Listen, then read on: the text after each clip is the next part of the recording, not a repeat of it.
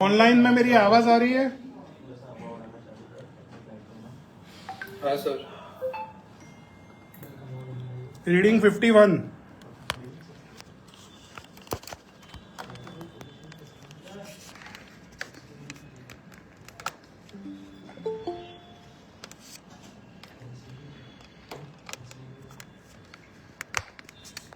England લોકોને શું થયું? 58-7 for 2 15 ઓવર બે જ છે ને હજી? બેન સ્ટ્રોક્સ 34 બોલ બહાર એ થઈ ગયું છે, એના બિચારાને કંઈ થઈ ગયું છે. સમીએ એવો ઝટકો આપ્યો છે ને એને.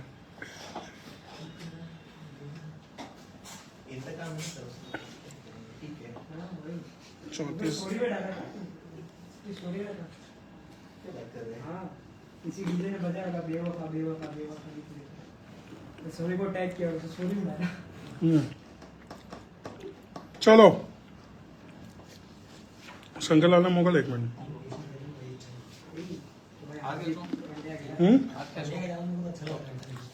पसीना पसीना कंफ्यूजन हो जाता हुआ था ना ऐसा लगता सूर्य को उड़ा देता ऐसा कुछ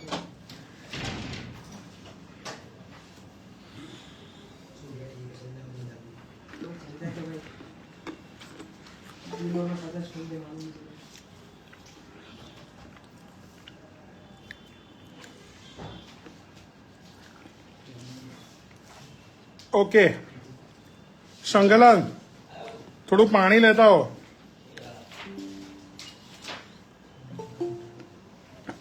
रीडिंग 51.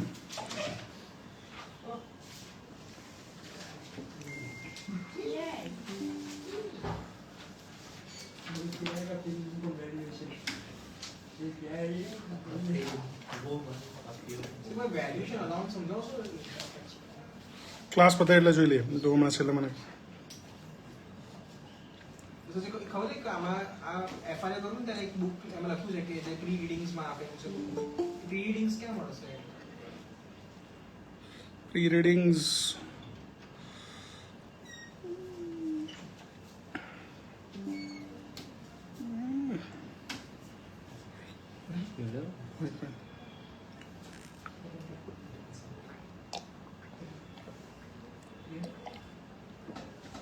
કેટલી કેટલી વસ્તુઓ એમાં મિસિંગ છે મને ખાલી કહે ને.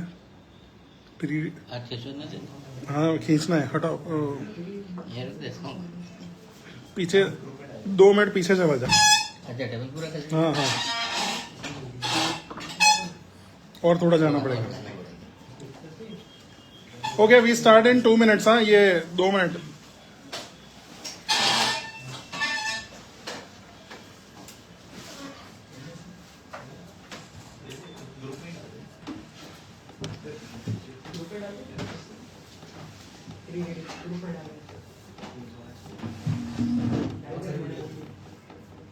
पीछे से तो क्या बराबर करो. कौन सी बाजू लेना? ऊंचा करके उस तरफ. ऊंचा खाली ऊंचा ही करना है क्या ए, पीछे दे तो दो पीछे. ये वाला भी जाना है? सिलेबस की घोषित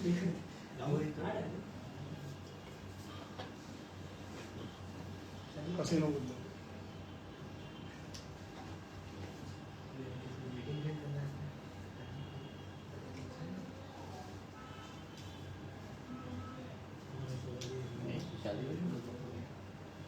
पसीना हो गया. बस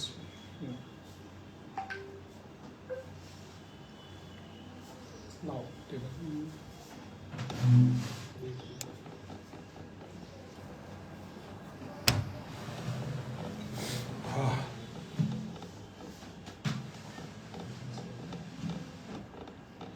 okay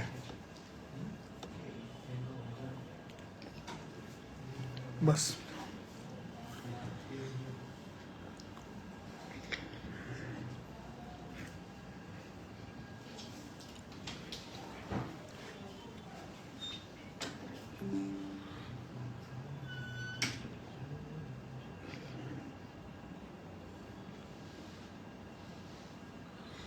okay.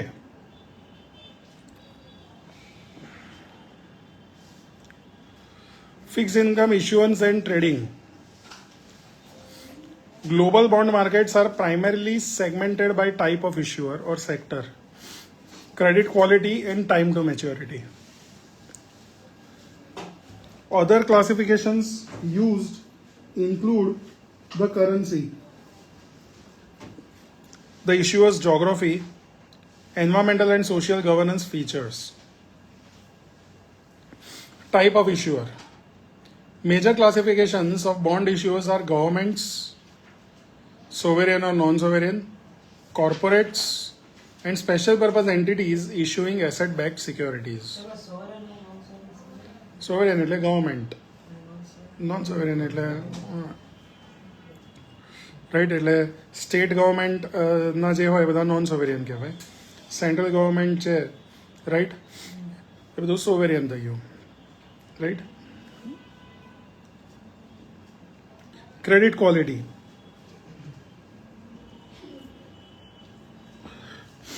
S&P and Moody's are major examples of credit rating agencies that provide credit rating on bonds, right? Rating from AAA down to BB minus for S&P and AAA through Baa3 in Moody's are considered investment grade, right? So AAA से लेके BBB minus तक और AAA से लेके Baa3 तक वो investment grade bonds है. Bonds BB plus और lower BBA1 or lower from Moody's are high yield bonds. They are also called junk bonds, right? Junk bonds इसलिए कि उनमें रिस्क ज़्यादा होता है, right? Original maturities. Fixed income markets are usually segmented into short-term investments with original maturity of less than 1 year, intermediate term securities with original maturity of 1 to 10 years, and long-term securities with original maturity over 10 years. बराबर. So short term को क्या बोलते हैं? Money market securities बोलते हैं, less than 1 year के. Intermediate 1 से 10 साल. फिर ये फिगर दिया हुआ है 51.1 में. परपेचुअल इज જે ક્યારે મેચ્યોર નહીં થાય. જે ડિઝનીનું છે, કોકનું છે, બહુ ઓછા. Okay. So, default risk free short term हो कि इंटरमीडिएट टर्म हो कि लॉन्ग टर्म हो, राइट? उसमें तुम्हें क्या मिलेगा? उसमें तुम्हें ट्रेजरी बिल्स ही मिलेंगे, राइट? 1 साल से कम हो उसका नाम बिल हो जाता है, 1 से 10 साल हो उसका नाम नोट्स हो जाता है, और 10 साल से ऊपर हो उनका नाम बॉन्ड्स हो जाता है, राइट? इन्वेस्टमेंट ग्रेड में repo, commercial paper, and ABCP is asset backed commercial paper, right? So asset backed securities होती है ना, वैसे asset backed commercial papers भी होते हैं, right? तो ये सारे इन्वेस्टमेंट ग्रेड हो गए शॉर्ट टर्म वाले. इंटरमीडिएट टर्म में अनसिक्योर्ड कॉर्पोरेट बॉन्ड्स हो गए और एसेट बैक्ड सिक्योरिटीज हो गई, राइट? सो क्रेडिट कार्ड के सामने मैंने बॉन्ड इशू किए है, राइट? कार लोन्स के सामने मैंने बॉन्ड इशू किए है, तो वो ABS हो गए. और ग्रेटर देन 10 ईयर में अनसिक्योर्ड कॉर्पोरेट बॉन्ड्स हो गए और मॉर्गेज बैक सिक्योरिटीज हो गए, क्योंकि मॉर्गेज का जो टर्म होता है वो लंबा होता है, right? High yield, right? High yield में इंटरमीडिएट टर्म में secured corporate bonds and leverage loans, right? Unsecured છે એટલે એમાં મોર્ગેજ ના હોય. અનસિક્યોર્ડ બોન્ડ્સ જે છે એની અંદર બેસિકલી શું છે કે જો કંપનીના બોન્ડ પૈસા નહીં આપી શકે તો તારું જે આઉટસ્ટેન્ડિંગ છે will be treated like any other creditor. પણ જો સિક્યોર્ડ હશે તો જે એસેટથી સિક્યોર કરેલું છે that asset will be sold of and you will be pad of first. That is the difference. એટલે સિક્યોરિટી ક્રેડિટ ક્વોલિટી ઉધર ઓછી છે પેલા કરતા. Credit card unsecured. અનસિક્યોર્ડ.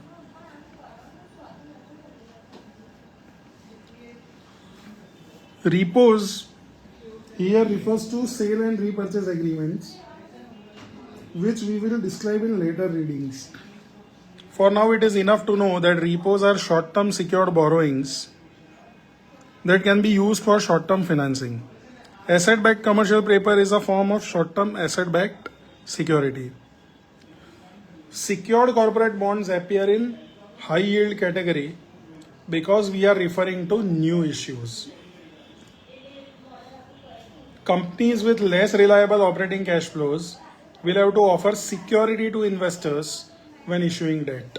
ठीक है, नॉर्मली तो ऐसा ही माना जाता है कि एस्टैब्लिश कंपनी के जो बॉन्ड्स होंगे वो अनसिक्योर्ड ही होंगे, लेकिन कोई नई कंपनी को पैसा रेस करना है तो उसको क्या करना पड़ेगा, उसको सिक्योर्ड बॉन्ड इश्यू करने पड़ेंगे.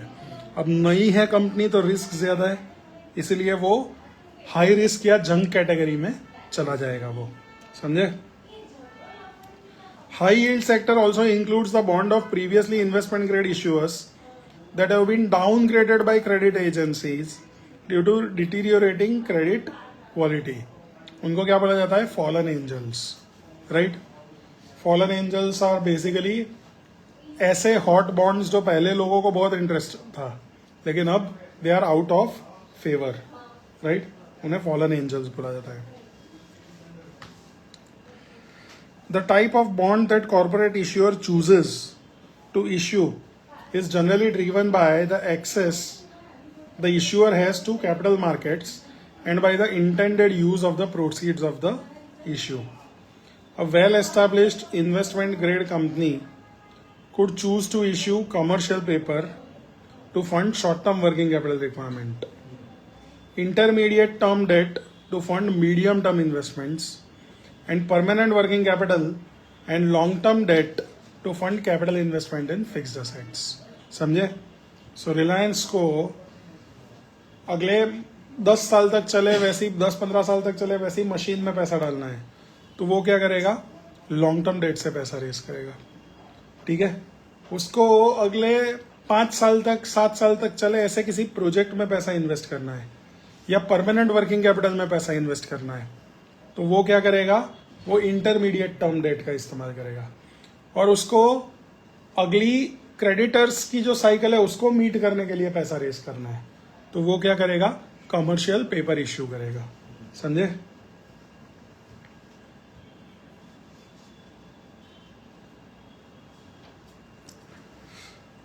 The short and medium term issues could be arranged for a fee with syndicate of banks offering credit facilities, allowing the issuer to issue securities when required for business operations. However, riskier companies with less stable operating cash flow is likely to have limited access to secured short-term financing and leverage loans.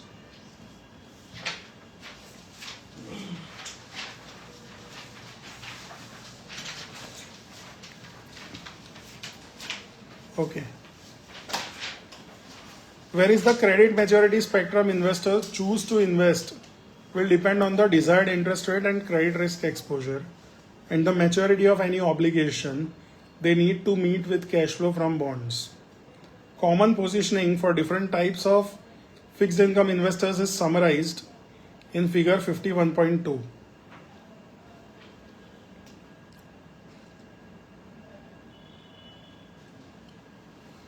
ठीक है. Short term में कौन पैसा invest करेगा, money market funds issue invest करेंगे या corporates issue corporate invest करेंगे, right.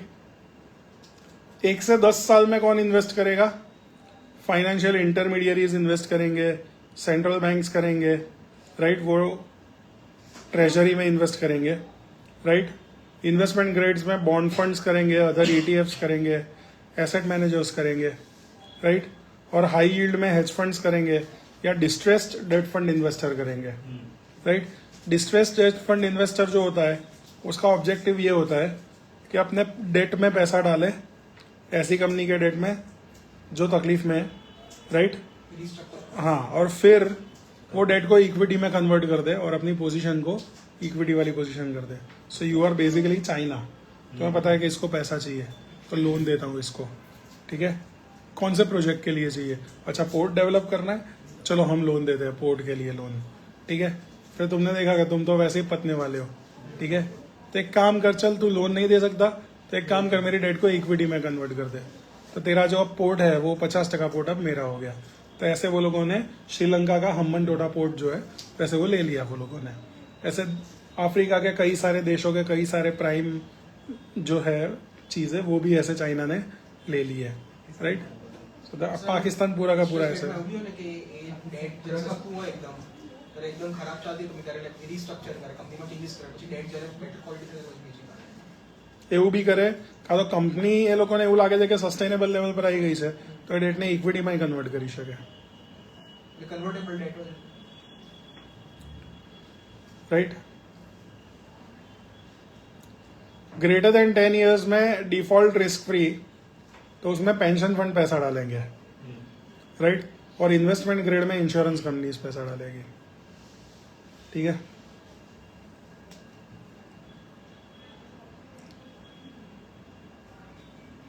की points here are pension funds and insurance companies invest in long-term investment grade securities to match their long-term liabilities, paying pensions and claims on insurance policies. These institutions are often prohibited by regulations from owning high yield securities. तो उनके regulations ही ऐसे होते हैं कि वो उनको high yield bonds में पैसा डालने नहीं देते हैं. Corporations seek to earn extra return on excess liquidity by investing in commercial papers, repos, and ABCP. Central bank use intermediate treasury notes as a monetary policy tool to increase or decrease the monetary reserves. Bond funds and ETF will position according to their stated mandate, usually in investment grade intermediate securities excluding treasuries. Asset managers seeking higher returns would invest in riskier high yield intermediate securities alongside hedge funds, and at the lowest end of the credit spectrum, distressed debt funds. Financial intermediaries use treasuries across the whole maturity spectrum to manage interest rates and liquidity risk. ठीक है, तो वो table को वो लोगों ने उसमें लिख दिया.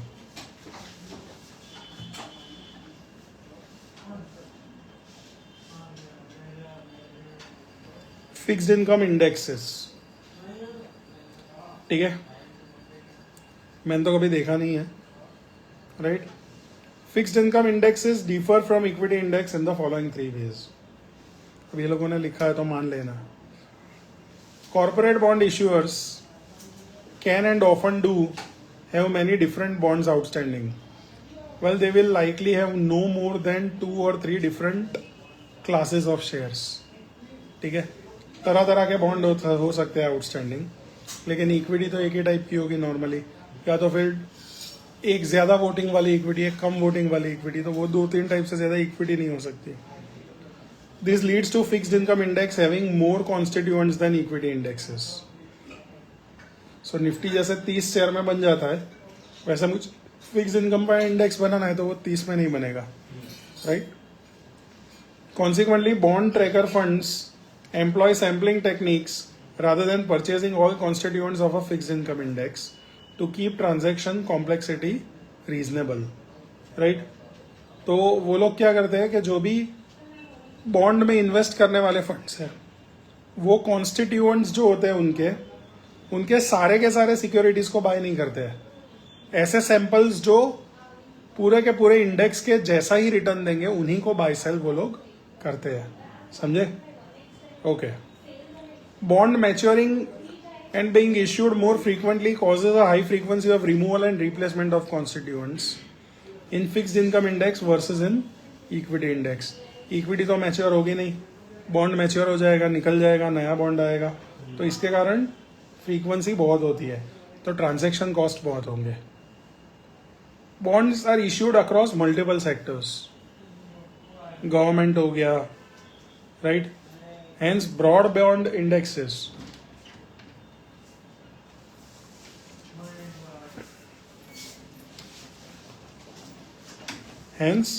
Broad bond indexes have large weights in sovereign bonds.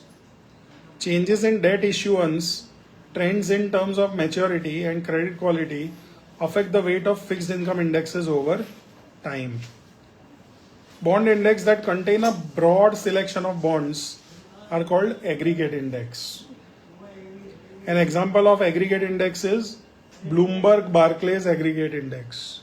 ठीक है, यूएस में, which include bond from all sectors across 28 currencies. बोलो. लोगों जेपी मॉर्गन मॉडल भी करना है India Indian emerging markets bonds બરાબર છે. એટલે એ લોકોના ઇમર્જિંગ માર્કેટના બોન્ડ્સ જે છે એની અંદર આપણા ઇન્ડિયાના બોન્ડ્સ આવી જાય. Index includes high yield and underrated issues and bonds that do not meet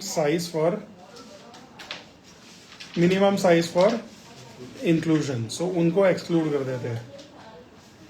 Index can be narrow or focus on geography, credit quality, sector or maturity. For example, JPM का emerging market bond index contains US dollar denominated emerging market sovereign debt with rating of BBB1 or BBB plus or below with minimum size and maturity limits. Index can also incorporate ESG factors. अब इसमें भी ESG डाल दिया सालों ने. For example, Bloomberg Barclays MSCI Euro Corporate Sustainable SRI Index has minimum credit rating of BBB3, BBB minus and minimum ESG rating of BBB. Right? The index also screens out certain business sectors deemed incompatible with sustainable investing. जैसे दारू, thermal कोल, वो सब निकल जाएंगे उनके index में से, उनके बॉन्ड्स. सो यूनाइटेड स्पिरिट्स का बॉन्ड निकल जाएगा, कोल इंडिया के बॉन्ड्स निकल जाएंगे ESG में. An index chosen to act as a benchmark for a bond fund should match the exposure of the fund in terms of sector focus, credit quality and maturity. सही है. Okay, अब आते हैं primary markets पे. शंकरलाल,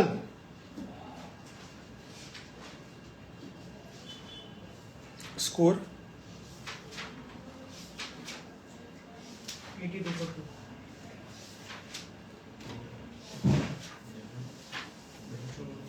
आशीष ना bench में के अचानक से बात आ जाएगी, मालूम नहीं पड़ेगा. बेन स्टोक्स और मलान है. मजा नहीं. मलान. केविन पीटरसन उसके मलान के सिलेक्शन से बहुत बिगड़ा हुआ है. हाँ जी, खान पड़ी सर ऑलमोस्ट. 2018 बैच અરે નામ. તૃષા. Yes yes yes yes. કેમ છો સર? શું છે, મજામાં? બસ એકદમ ફાઇન સર. જો અત્યારે ફાઇનાન્શિયલ મોડલિંગ ને બધું શીખવા આવી છું પાછી. અચ્છા. ના સર તમે કન્ટિન્યુ કરો, હું જતી હતી મેં તો ખાલી મળી. Yes yes yes. બાય યા ચલ. બાય.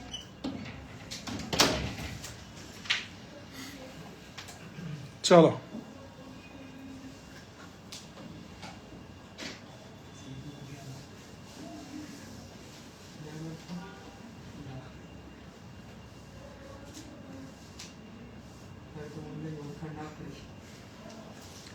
तो मैं कोई थोड़ी PM मोदी हूँ कि ना पहचानो तो कोई लॉस हो जाएगा किसी का. मेरी कैपेसिटी खत्म हो जाए तो मैं किसी मेरा दिमाग खराब हो जाए तो घर वालों को भी नहीं पहचानते लोग. तो वो तो प्रॉब्लम मेरे में हुआ ना फिर. સર એસી से कुछ ઓળખાણ કે ના? हाँ, मैंने એનો ફેસ છોકરીનો 100% યાદ હતો. नाम मेरे को सर भूलेंगे नहीं कोई. जब मार के याद रखना पड़ेगा.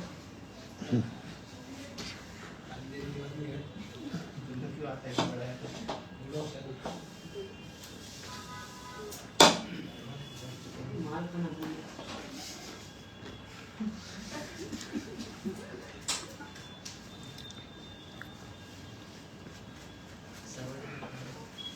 चिंगम भाई.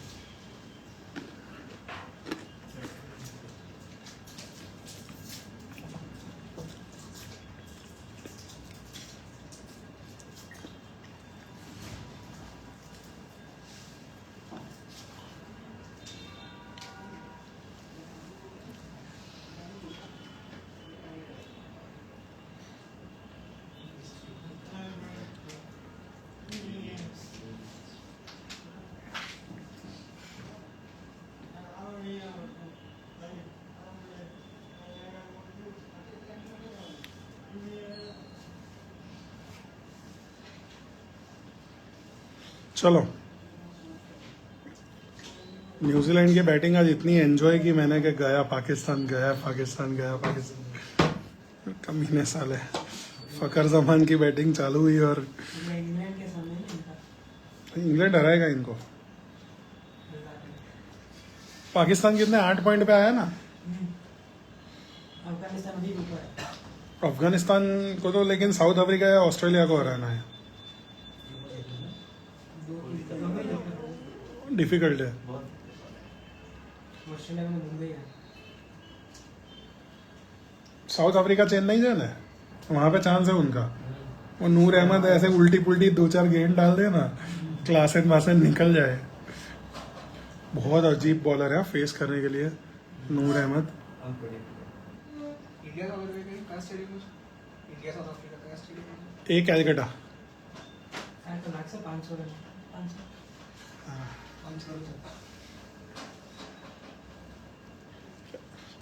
पिच अपने ऐसे ही बनाएंगे, स्लगिश, साफ सपोर्ट ना बनाएंगे, पहला को चढ़ी वैसे। तो भाई okay,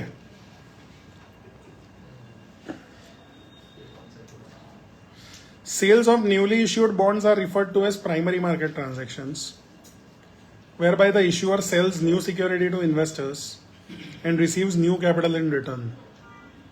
Newly issued bonds can be registered with securities regulators for sale to public or sold only to selected investors.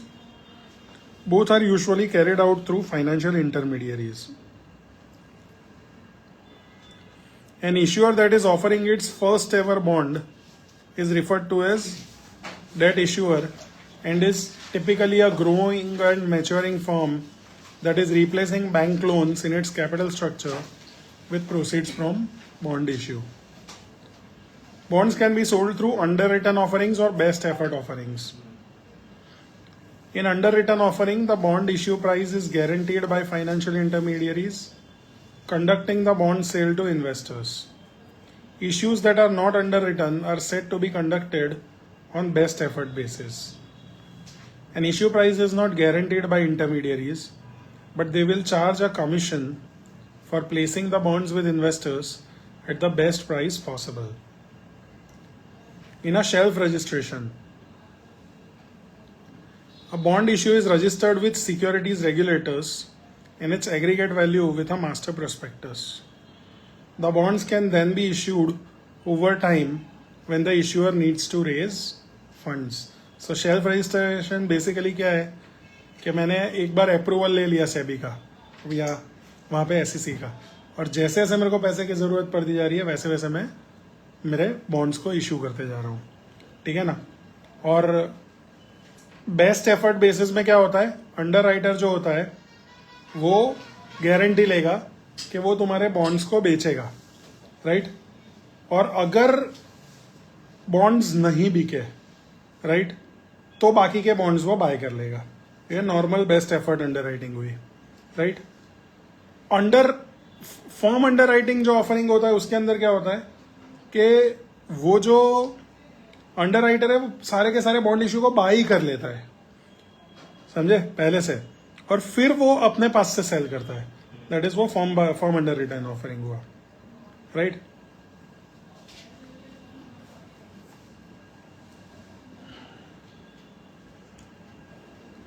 Debut issues usually requires weeks of roadshows by underwriters prior to the issue date to produce investors to the debut issuer.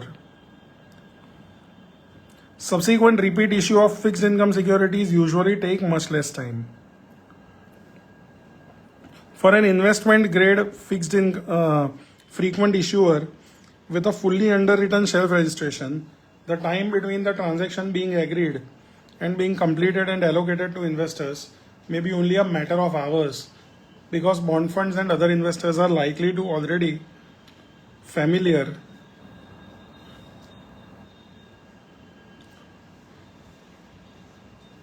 with issuer and regulatory registrations.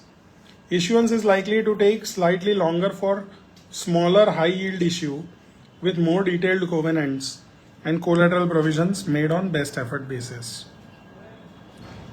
Some bonds, especially government bonds, are sold through public auction process. We will describe in our reading in fixed income market for government issuers. ठीक है. So public auction के through भी bonds बेचे जाते हैं. उसमें एक primary dealer होता है. वो पहले प्राइमरी डीलर वो बॉन्ड्स बाय कर लेता है और फिर वो बॉन्ड्स को पब्लिकली ऑक्शन किए जाते हैं. PNB guilds. Bank of Baroda का भी कोई आम है. Secondary markets.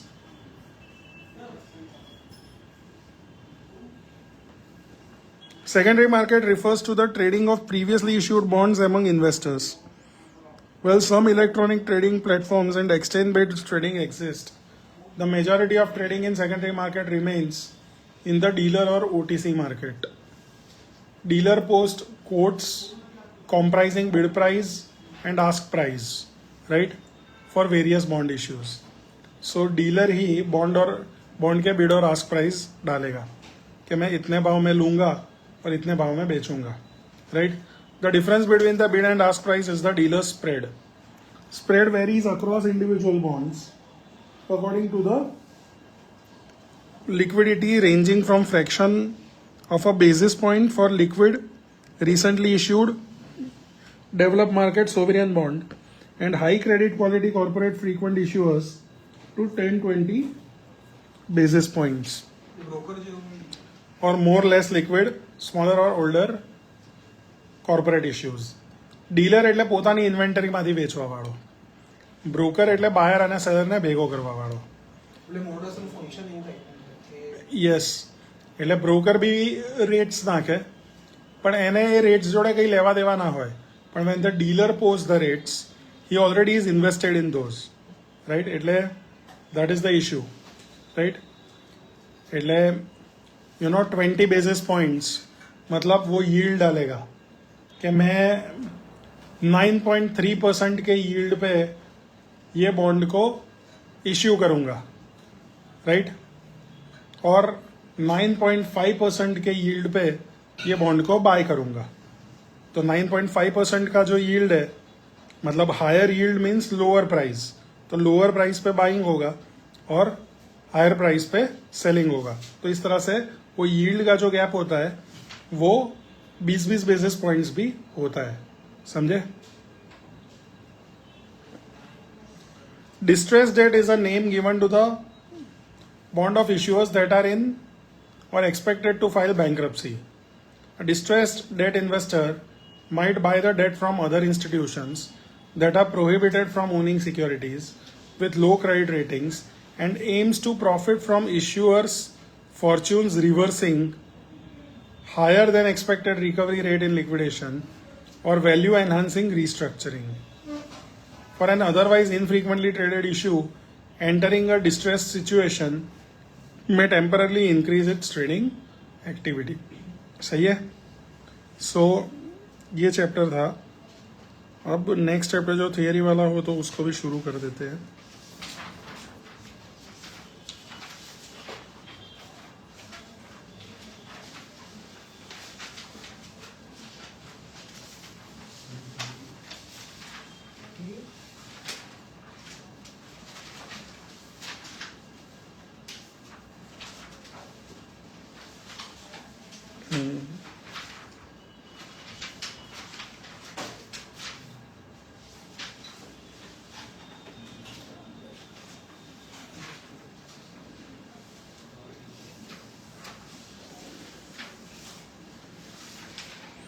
Okay. Reading number 52. कभी कोई अच्छा आएगा ना. संपा ले गया.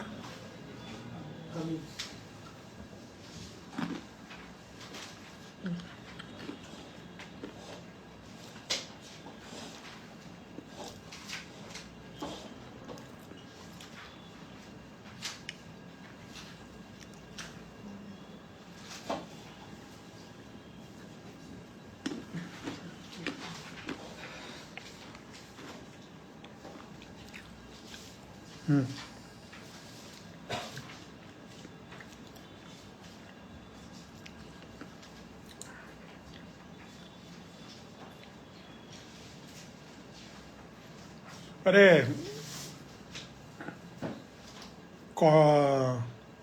कॉर्पोरेट इश्यूअर्स में क्या हुआ, खत्म हो गया पूरा एक बार बाकी કયું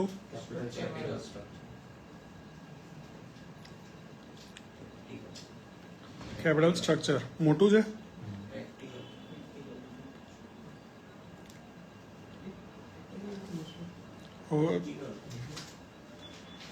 પેલું MM વાળું છે.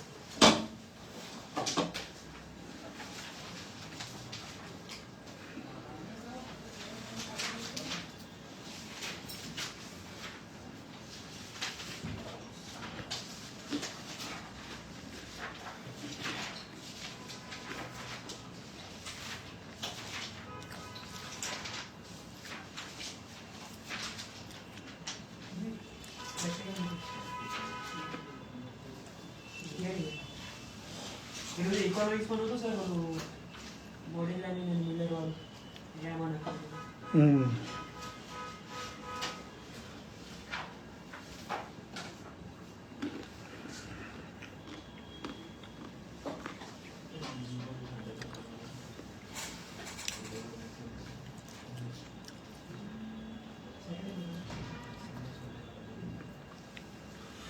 Okay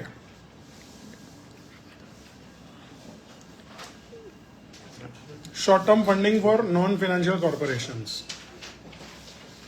A non-financial company usually raises external funds for investment in short-term assets through financial intermediaries that provide either loan financing or security-based financing.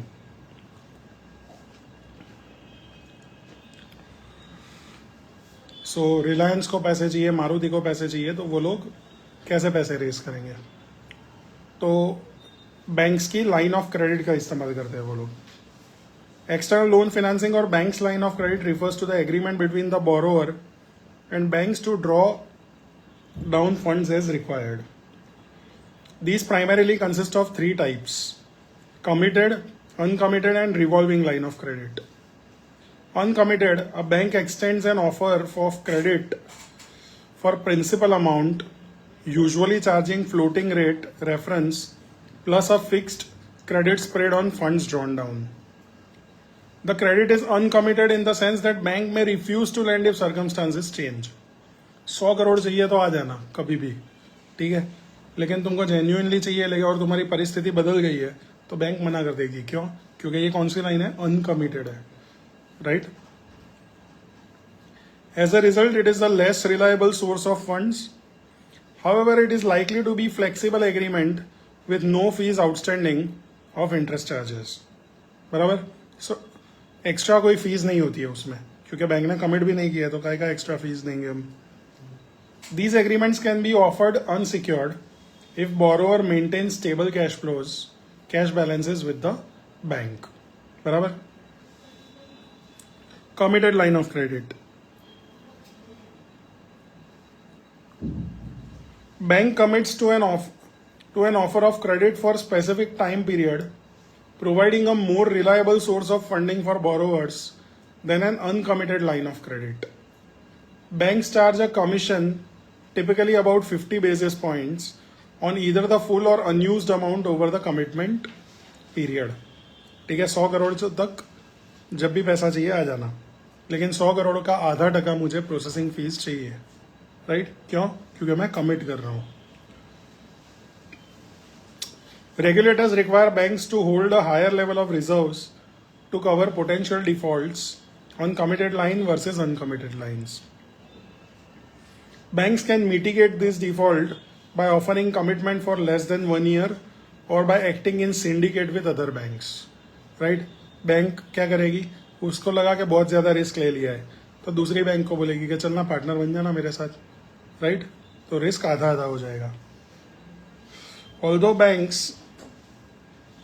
Sir કેમ બીજા બેંકને એટલે બીજું બેંક પડે એમાં? પડે ને, એ લોકોની જોડે અનકમિટેડ અત્યારે તો લાઇન ઓફ ક્રેડિટ જ છે ને, એટલે પૈસા તો આપવાના જ નથી ને.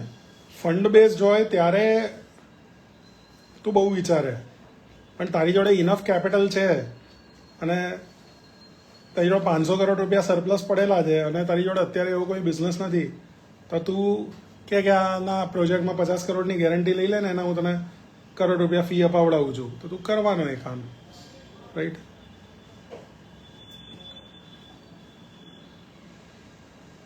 They may withdraw the agreement at maturity should credit conditions worsen, leading to renewal risk for borrowers.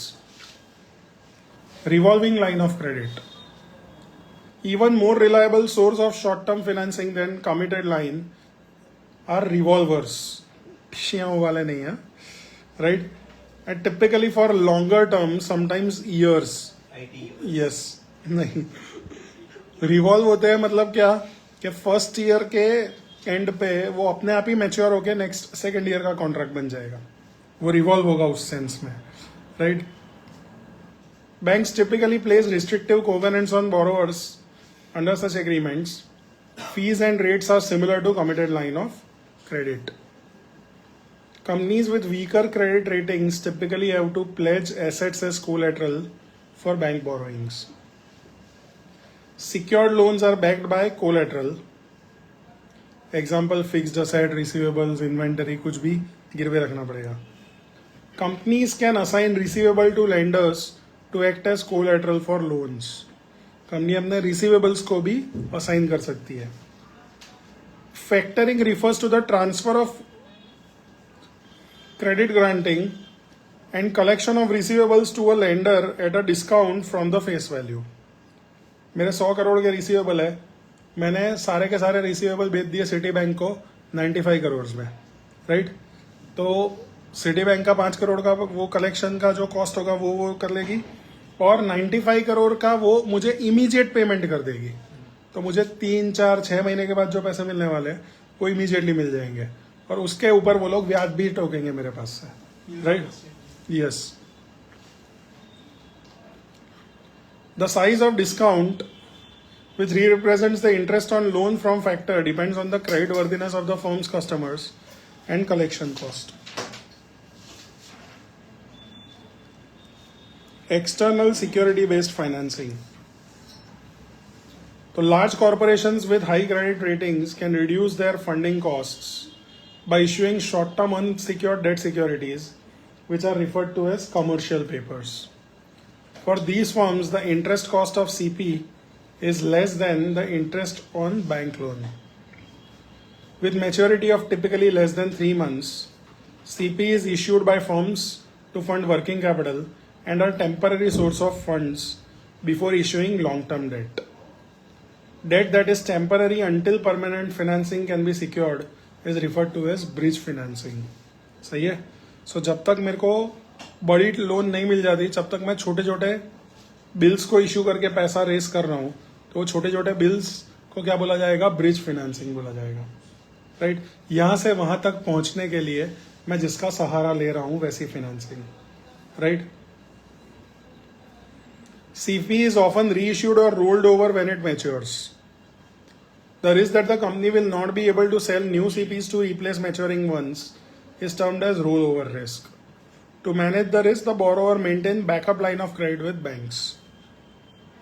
These are sometimes referred to as liquidity enhancement or backup liquidity lines, whereby lender agrees to provide funds to make repayments on CP when it matures if needed. Similar to US T-bills, CP in the US is typically issued as a pure discount security, making a single payment equal to face value. So मैंने 6 महीने का CP issue किया है, ठीक है? तो 6 महीने का रेट अगर 3% मुझे सेट करना है तो मैं 100 रुपए का CP 97 में इशू कर दूंगा, राइट? तो मैंने डिस्काउंट पे इशू किया और 3 महीने के बाद मैं तुम्हें 100 रुपए दे दूंगा, तो इफेक्टिवली 3-3.25% का ब्याज मेरे को हो जाएगा. Smaller, less liquid international market in CP also exists, which is referred to as Euro Commercial Paper, ECP.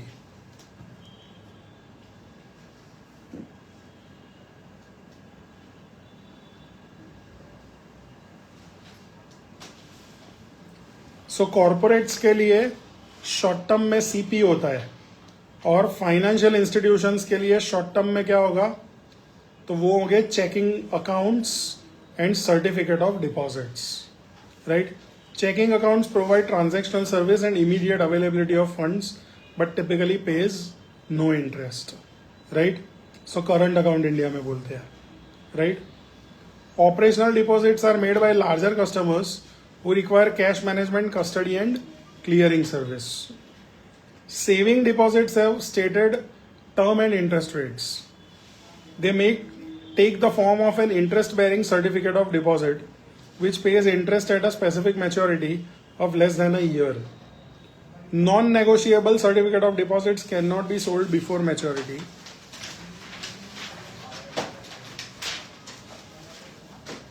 And early withdrawal of funds attract penalty. Negotiable CDs can be sold in open market before maturity as a means of early withdrawal of funds. At the wholesale level, institutional level, negotiable CDs are important funding source for banks. They trade in domestic bond markets as well as in Eurobond market. So banks को पैसा raise करना है तो ज़्यादातर वो negotiable CDs से ही पैसा raise करते हैं अपनी short term funding requirement. Funds that are loaned by one bank to another are referred to as interbank funds. Bank lends to each other for a period of 1 day or 1 day to a year or either a secured or unsecured basis at an interest rate based on MRR, which is market reference rate. Right? 1 day को call money बोला जाता है. Right? 2 से लेके 14 दिन को notice money बोला जाता है. Right? इसका भी एक market होता है. Call money market. SBI को बैंक ऑफ बड़ौदा को 5,000 करोड़ सेटलमेंट के लिए देने हैं. SBI के पास है नहीं तो वो ICICI बैंक के पास से एक दिन के लिए 5,000 करोड़ उठाएगा. तो वो एक दिन का जो इंटरेस्ट रेट होगा वो होगा कॉल मनी रेट. राइट? समझे? इट इज कभी कभी इंडिया में वो इंटरेस्ट रेट को अगर तू एन्युअलाइज करे तो 25% तक पहुंच गया. वैसा भी इंटरेस्ट हो चुका है. हाँ, यस. तो वैसा भी हो चुका है. Notice money. The most common type of secured interbank borrowings are repos, right? Repos में क्या होता है? मेरे पास एक गवर्नमेंट ऑफ इंडिया का 100 करोड़ का बॉन्ड है. ठीक है? मेरे को पैसे की ज़रूरत है तो मैंने क्या किया, वो 100 करोड़ का जो बॉन्ड है वो मैंने तुम्हें 98 करोड़ में बेच दिया. ठीक है? और मैंने तुम्हारे साथ एक एग्रीमेंट किया कि आज से 3 महीने के बाद यही बॉन्ड मैं बायबैक कर लूंगा. ठीक है? मेरे पास राइट भी है और ऑब्लिगेशन है वो बॉन्ड को बायबैक करने का. और वो मैं कितने में बाय करूंगा? 100 करोड़ में. ठीक है? तो इफेक्टिवली क्या हुआ, तुमने मेरे को 98 करोड़ का लोन दिया और मैंने तुम्हें 98 पे 2 करोड़ का इंटरेस्ट दिया. लेकिन तुमने मेरे को 98 करोड़ का लोन क्यों दिया? क्योंकि मैंने तुम्हें 100 करोड़ की चीज सामने दी है. राइट? तो जो भी मेरे सामने जो पार्टी है उसकी भी सेफ्टी बहुत हो गई क्योंकि उसके पास पूरी की पूरी सिक्योरिटी हो गई. राइट? तो इस तरह के कॉन्ट्रैक्ट्स बहुत सारे होते हैं, रिपो एग्रीमेंट्स.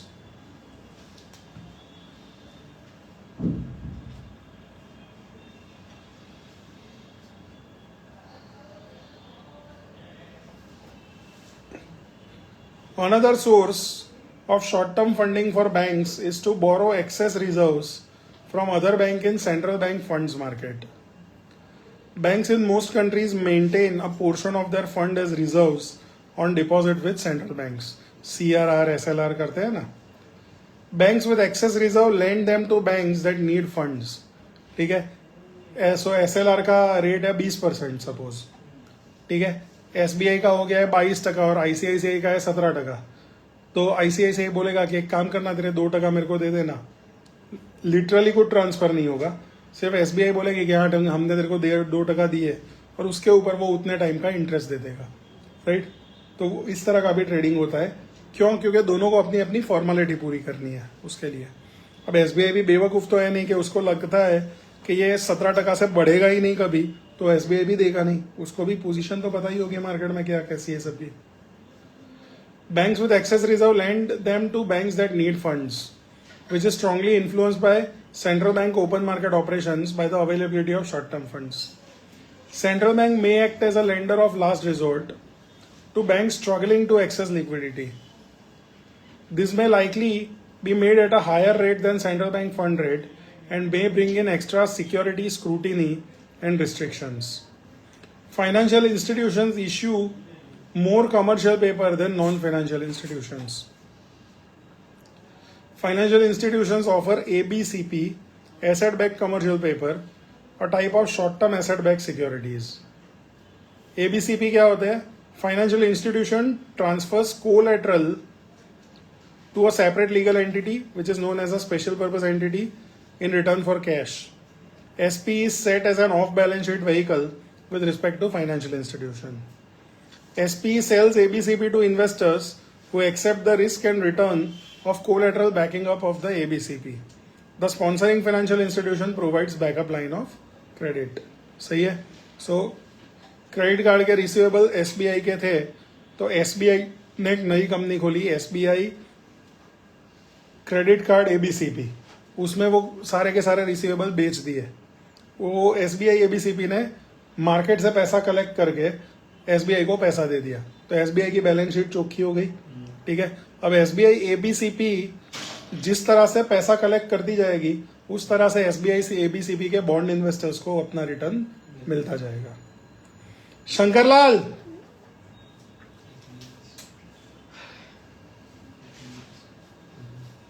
बेरी बेर 4 बटलर क्या कर रहा है बटलर? इंडियन वर्ल्ड कप में आपको फरवा है मेंटली ये लोगों को डिप्रेस नहीं देता रहे सर. शंकरलाल, रूट कितने साल का है? तो उसको तो वनडे में से निकाल देंगे. फिर स्टोक्स भी निकल जाएगा, स्टोक्स तो निकल ही जाएगा, मोइन अली निकल जाएगा. मोइन अली भी निकल जाएगा. शंकरलाल क्या आता है? खोलना दरवाजा. जेसन रॉय ने फोटो रखा. हाँ, वही मिस्टेक फॉर मलान है, नहीं है? Shamble snacks. मुकेश भाई, शंकरलाल ने मोकलो ने घरे ड्राइवर ही है वो. बेस्ट को ही नजर आता वो केविन पीटरसन वही कह रहा था कि भाई मलान को क्यों लिया, उसकी जगह रॉय को लो और उसको ओपनिंग में खिलाओ और मिडल ऑर्डर में हैरी ब्रूक की जगह करो. लेकिन हैरी ब्रूक भी स्पिनर्स के सामने नहीं चलता.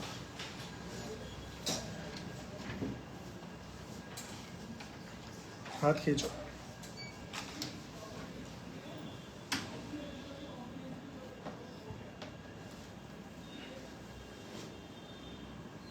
कैप्टन कौन सी इंडियन में?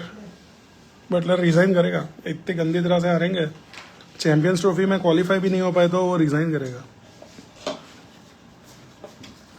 Morgan south captain. मॉर्गन ने तो पूरा 2015 से 19 में पूरा ट्रांसफॉर्म.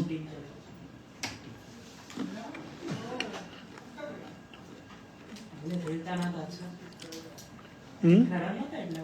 यानी કે નથી अफगानिस्तान से मारा था वर्ल्ड कप में 2019. वो करियर में पीछे बेकार हो गया था. बाकी he had a decent career. 35 से 40 के बीच में एवरेज थी, 90 की स्ट्राइक रेट पे रन मारता था. तो मिडिल ऑर्डर में तो युवराज सिंह जैसा रिकॉर्ड हुआ उसका. पर युवराज था. चलो, रिपोज. उसके पापा गजब है युवराज के. ABS पापा गजब है युवराज के. अरे गजब. ABS અને ABCP ડિફરન્સ સેમ જ છે. એસેટ બેક સિક્યોરિટી જે હોય ને, રાઈટ, એનું ટર્મ થોડું મોટું હોય અને ABCP જે હોય ને એનું ટર્મ 1 વર્ષથી ઓછું હોય. એટલે શોર્ટ ટર્મ ABS એટલે ABCP થઈ ગયું. બરાબર.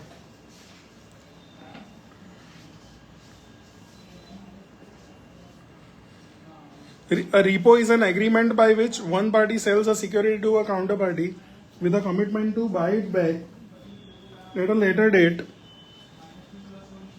at a prescribed higher price.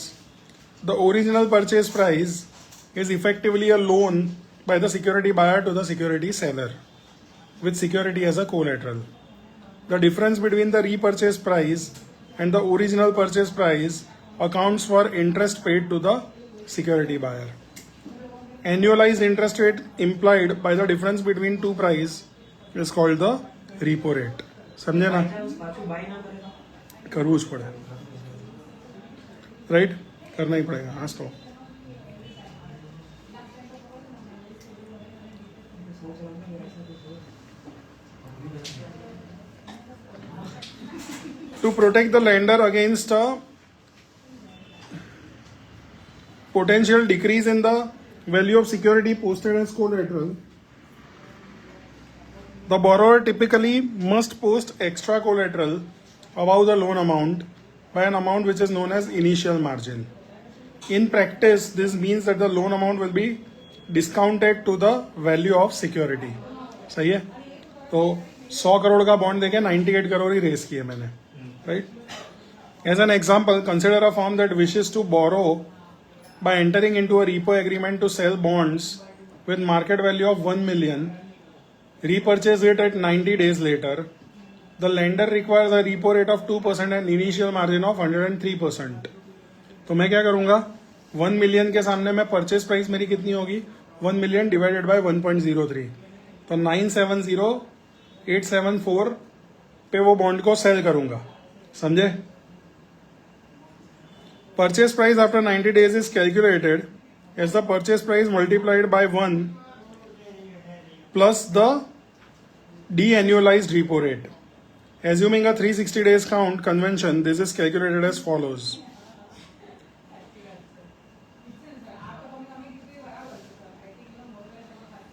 $970,874 वो परचेज प्राइस हो गई, और रिपो प्राइस कितनी होगी, इंटू 1 प्लस ओरिजिनल रेट अपना कितना है, 2% है, और 90 डेज की लोन है, तो 1 प्लस 0.02 इंटू 90 अपॉन 360, राइट? सो 1 प्लस PRN हो गया सीधी सादी भाषा में, राइट? Principal 970,874, right? रेट 2% का चौथा भाग, राइट? समझे? और चौथा भाग किया इसीलिए नंबर ऑफ मंथ्स भी कंसिडर हो गए हमने हमारे, राइट? सो रीपरचेस प्राइस होगा 975,728. The discount applied at to the market value of collateral is referred to as haircut. In the example, the haircut is calculated as 1 minus 1 divided by initial margin. ये इसके numericals आएंगे. The loan value increased during its life at the repo rate. Should the market value of the collateral fall below the value times the initial margin, the lender will ask the borrower for more collateral which is known as variation margin. ठीक है? अब bond की value जो है वो गिर गई, right? तो वो दूसरा कोलैटरल मार्जिन और मांगेगा तुम्हारे पास से. For example, given the repo details, assume that after 30 days the market value of the bond has fallen to 9,90,000, right? तो वो तुम्हारे पास से कितना मांगेगा, तो एडजस्टेड लोन अमाउंट कितनी हो जाएगी, परचेस प्राइस कितनी थी 970,874 इंटू 1 प्लस जो भी रेट था इंटू टर्म कितना हुआ 30 अपॉन 360, तो वो हो जाएगा 972,492, राइट? उसके अंदर 3% को ऐड करो तो उतना टोटल वैल्यू होना चाहिए. तो उसके अंदर 3% को ऐड किया तो 1.01 मिलियन हो गया. अब उसमें से उसकी वैल्यू कितनी हो गई है 9,90,000, तो वो 11,667 की एक्स्ट्रा सिक्योरिटी मांगेगा. ठीक है? सो 10,000 वैल्यू गिरेगा तो सिक्योरिटी जो है वो 10,000 से ज्यादा मांगी जाएगी.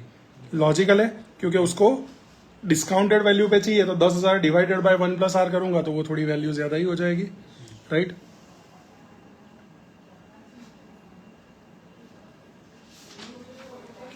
If the variation margin is negative, then the loan is over collateralized and the borrower can request a release of collateral, right? 990 की जगह 110 हो गई वैल्यू, तो ये ओवर कोलेटरलाइज्ड हो गई. तो मैं बोलूंगा कि थोड़ी कोलेटरल रिलीज करना, मेरे को दूसरे काम के लिए चाहिए, right? Repo agreement for 1 day is called overnight repo. And agreement covering a longer period is called term repo. Due to the short-term collateralized nature of a repo and the fact that collateral is usually high-quality liquid sovereign bonds, interest rates are customarily less than the rate on bank loans and other short-term borrowings. Safety ज़्यादा इसलिए interest rate कम होंगे. Although the transactions underlying the repo are described as sale and repurchase of securities, the seller borrower retains the right to the benefit of holding the bond over repo term. Right? Repo term के ऊपर भी hold करना हो तो कर सकता है. The collateral used in repo may involve specific security or a general type of security, जैसे government bonds हो गए, treasury bonds हो गए. And it is known as general collateral repo. The details of the contractual terms of repo are contained in master repo agreement between the counterparties. So bond indenture था वैसे master repo agreement हो गया, right? Repo applications.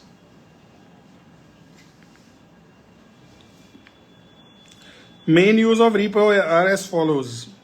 Financial institutions enter repo as security sellers, borrowers to finance position in a security held in their trading activities. Banks and institutions such as mutual funds and pension funds enter repo as a security buyer lender to earn repo rate on excess or short term funds. So financial institution borrow करेंगे, banks, mutual funds वो सब lend करेंगे क्योंकि उनके पास excess liquidity होती है.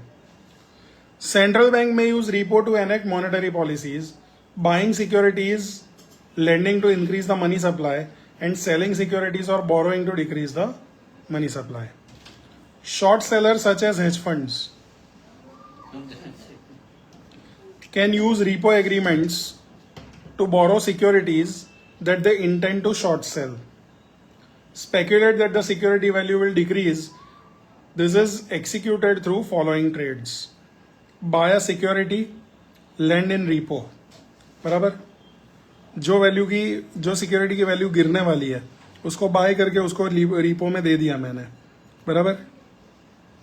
Short sell the security in the open market. ठीक है? Buy the security in open market later. ठीक है? लेटर में बाय करूंगा तो भाव गिर गए होंगे शॉर्ट सेल करके. Deliver the securities back to repo counterparty at maturity of the repo. ठीक है? सो पैसे थे नहीं, लिक्विडिटी क्रिएट किया, शॉर्ट सेल किया, बाय कर दिया और फिर सिक्योरिटी को डिलीवर बैक कर दिया. Hedge fund earns repo rate from their lender in repo and gains in the security value decrease over the repo term.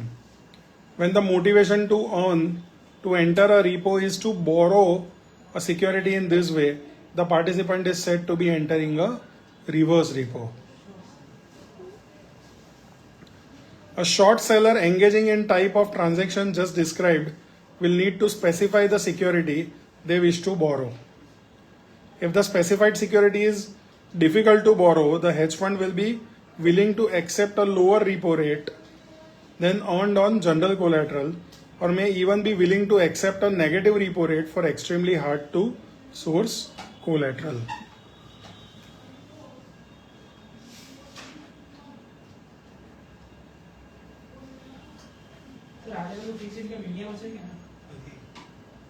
नहीं. Factors affecting repo.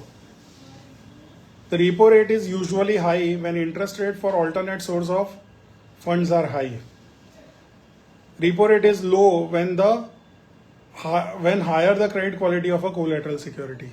मैं जितनी अच्छी collateral दूंगा उतना कम रेट पे मैं borrow कर पाऊंगा. They are high when the term is longer, right? They are low when collateral is in demand or slow supply. And they are high if repo is under collateralized or if collateral is specified but actually delivered but not actually delivered. ठीक है? मैंने बोल दिया है कि मैं इतनी collateral दूंगा लेकिन अभी मेरे पास रख रहा हूँ, मेरे डीमेट अकाउंट में पड़ी है, तो तुम ज्यादा रेट लोगे. सही है ना?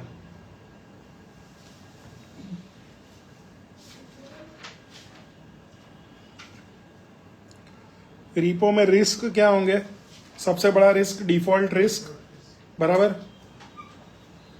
सामने वाला नहीं बाय कर पाया, ठीक है। कोलैटरल रिस्क, कोलैटरल की वैल्यू गिर गई। Margining risk relates to timely and accurate calculation of margin, ठीक है। लीगल रिस्क, कॉन्ट्रैक्ट अगर लीगली एनफोर्सिएबल ही नहीं हुआ तो, right. Netting and settlement risk related to the ability to net off payment across different contracts with same non-defaulting counterparty and ability to settle the cash and collaterals underlying the repo. ये तो minor risk हुआ, जो main risk है वो default risk है और collateral risk है। Many of net of payments क्या नेट ऑफ पेमेंट्स એટલે સામ સામે લેવડ દેવડ હોય તો એની જે નેટ અમાઉન્ટ હોય એને સેટલ કરવું, that is net of payments, right. એટલે repos normally they happen between central bank and major banks और between one bank and another bank। तो उसमें किसी एक सोर्स से बैंक को लेने का बनेगा, किसी एक सोर्स से देने का बनेगा, तो वो नेट ऑफ करना होगा वो। Many of the risks just listed can be mitigated through tri-party repos which employ a third intermediary as a agent to arrange and administer repo transactions। While this does not reduce the credit risk, it does likely improve cost efficiency with respect to access to collateral and counterparties and valuation and safekeeping of assets. The repo agreement that is struck directly between two parties without a third party is referred to as bilateral repo. कितना बचा? चलो खत्म करो।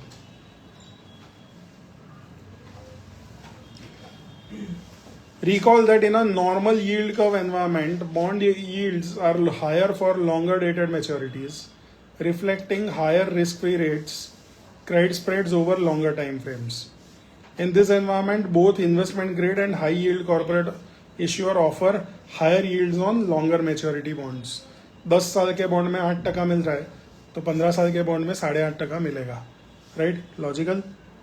The difference in yield across maturity is likely to be greater, however, for high yield issuers due to high spreads offered on high yield debt. Companies that choose to issue short dated bonds to reduce the yield they pay on their debt assume rollover risk. मेरे को 15 साल के पैसे चाहिए, मैं 15 साल का bond issue नहीं कर रहा हूँ क्योंकि 15 साल का बॉन्ड ज्यादा रेट पे होगा। 5-5 साल के बॉन्ड 3 बार रोल ओवर करूंगा ऐसा सोच के बैठा हूं तो रेट कम हो जाएगा, लेकिन पहले 5 साल के बाद रोल ओवर नहीं कर पाया तो राइट, तो वो रिस्क आ जाएगा। Other major difference between issuance of investment grade debt versus high yield debt are default risk and loss given default are primary concerns for high yield investors due to lower credit quality. For investment grade investors the primary credit related concern is the chance of rating downgrade and probability of future default. सही है। Credit spreads are likely to be smaller proportion of yield for investment grade issues where yields are largely tied to benchmark rates. अगर investment grade जितना strong होगा उतना credit spread कम हो जाएगा, right.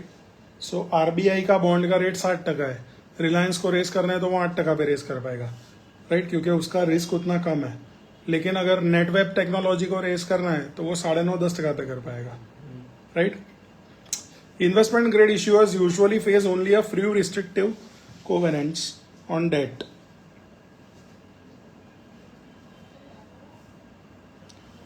Typically limiting liens and sale and leaseback arrangements on the core operating assets that are expected to generate operating cash flows required to pay the higher repay the debt.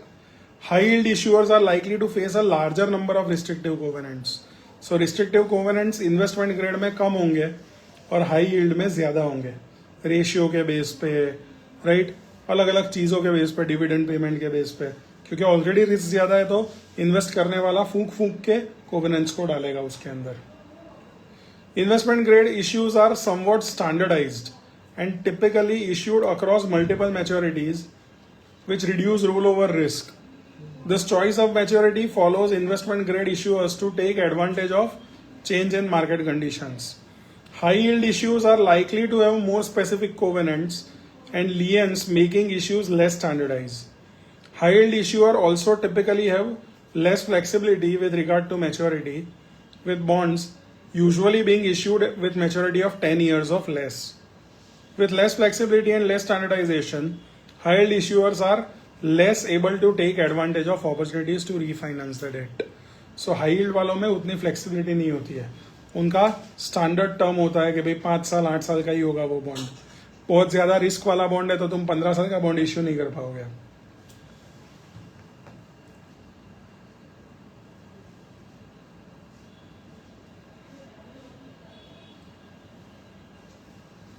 High yield issuers are more likely to structure their debt so that it can be repaid earlier. This is done either by taking leverage loans with prepayment options or by issuing callable debts. Due to higher uncertainty in cash flows used to repay high yield debt, returns are likely to be more equity like than investment grade securities. समझे? So high yield के return as high as equity होंगे. ठीक है, and the chapter.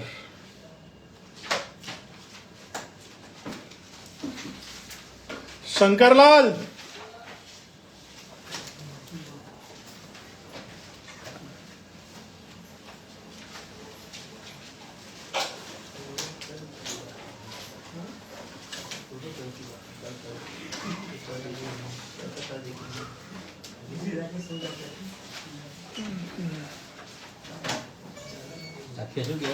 खींचो खींचो, बंद करो सब.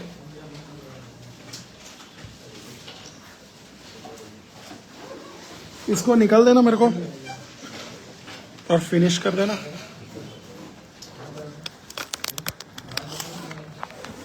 फिनिश कर